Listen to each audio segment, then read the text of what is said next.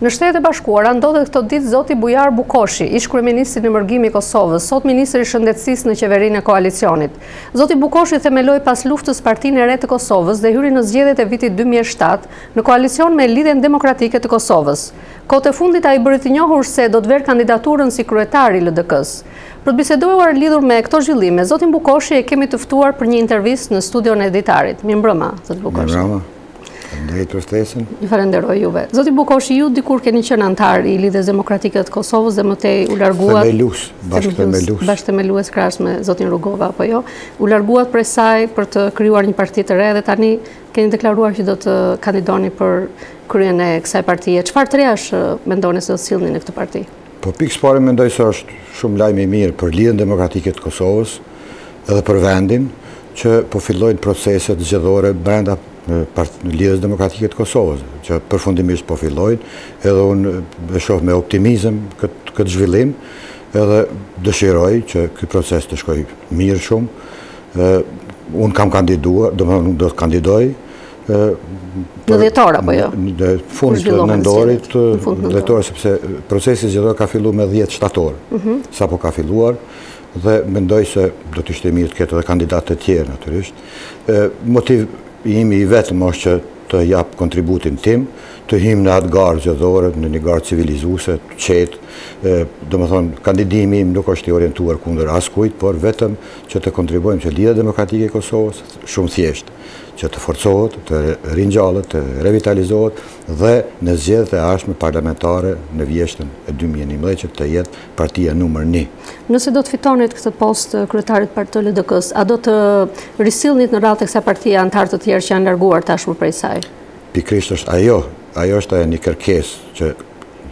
kërkesë shumë vjeçare që Lidhja Demokratike të Kosovës duhet të hapej qysh moti, të pranoj forcat të reja, njerëz të ri, njerëz që janë të vendosur të japin po ashtu kontributin e tyre dhe për fat keq edhe shifrat kanë treguar se pas luftës Lidhja Demokratike e Kosovës vazhdimisht prej zgjedhje në zgjedhje sikur humbiste fuqinë e saj, por nga ana tjetër them se nuk është e humbur gjithçka ose as pak, për shkak se janë të gjitha predispozitat që Lidhja Demokratike të Kosovës tani të rimarr veten dhe të hyjë në gara, po them, të bëhet partia numër 1, sepse nuk është kjo një kapric, por është një nevojë, absolutisht nevojë që në skenën politike të Kosovës të bëhet një balancim, që mos dominojë një parti, mos të shndrohet Kosova në një shtet, një partijak e tjera që gjanat vetë kuptueshme, gjitha në kuadër të një procesit mirëfillt, zgjedhor, pa u manipuluar asgjë dhe pa degeneruar procesi. Kritikët ju akuzojnë për përçarje të partisë. Aktualisht cilat janë raportet tuaja me presidentin e Kosovës, i cili bëri të mundur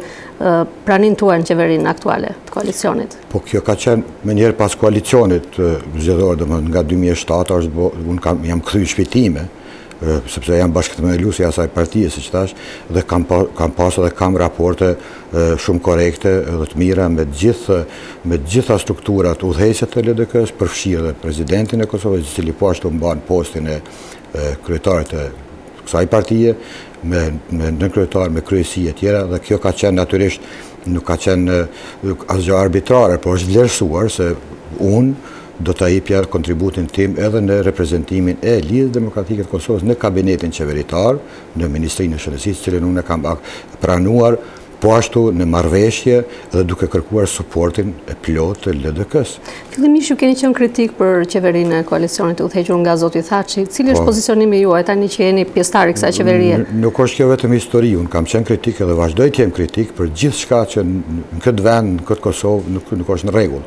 Përfshirë edhe qeverinë, antar i të cilës jam edhe unë. Mirë, po kjo nuk ka të bëjë me kurrë malicioze, por gjithmonë në sensin e asaj që të bëjmë më mirë. Çfarë duhet bëjmë më mirë kjo qeveri sipas juaj? Qeverisja më të mirë të luftohet pamëshirshëm korrupsioni, të rikuperohet ekonomia, të sillen njerëzit me kompetencë, të bëhet seleksionim shumë më pozitiv, jo nepotizëm, jo kushëri e tjera, këto si me thonë fenomenet tona që na përcjellin jo vetëm sot, dhe të bëhet një qeveri që e mirë dhe të vazhdojmë po ashtu këtë shtet që është i ri, vulnerabël, ta konsolidojmë, ta bëjmë shtet mirëfillt në mënyrë që pastaj si shteti konsoliduar të kemi mundësi edhe të vazhdojmë me njohje të tjera, sepse është pak brengosës edhe pas këtyre zhvillimeve nuk ka njohje kështu me një intensitet të lartë. Dhe ne duhet mendojmë me këto, këtë leadershipi duhet ta mendoj, duhet ta administroj, administrata ta mendoj, edhe qeveria,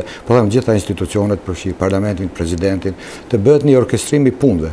Me çfarë probleme shëndeshet shëndetësia në Kosovë? Ju jeni ministër aktualisht. Po, ajo ndeshet me probleme cilat i ka trashëguar që 2 dekada, dhe unë natyrisht kam trashëguar atë një gjendje jo të lakmueshme. Gjendja në shëndetësinë të Kosovës është e rëndë. Ne po bëjmë çmos tani, edhe unë jam shumë konfident se do të bëjmë disa ndryshime, po them bazike, duke përfshirë, sepse është obsesioni imi tani të sigurojmë për qytetarët e Kosovës sigurimin shëndetësor, fondin e sigurimeve shëndetësore. Kosova është i vetmi vend në rajon e cila nuk ka sigurime shëndetësore. Për këtë jemi siguruar, jemi edhe në biseda me bankët botërore, të sigurojmë ca fonde, edhe kjo është në kuadër të ngritjes edhe të shërbimeve macilësore për qytetarët e Kosovës, po ashtu edhe një seleksionim më i mirë i kuadër, edhe një menaxhim më i mirë. Kem probleme edhe me mismenaxhim. Zoti Bukoshi, ju falenderoj për intervistën. Ju falenderoj juve.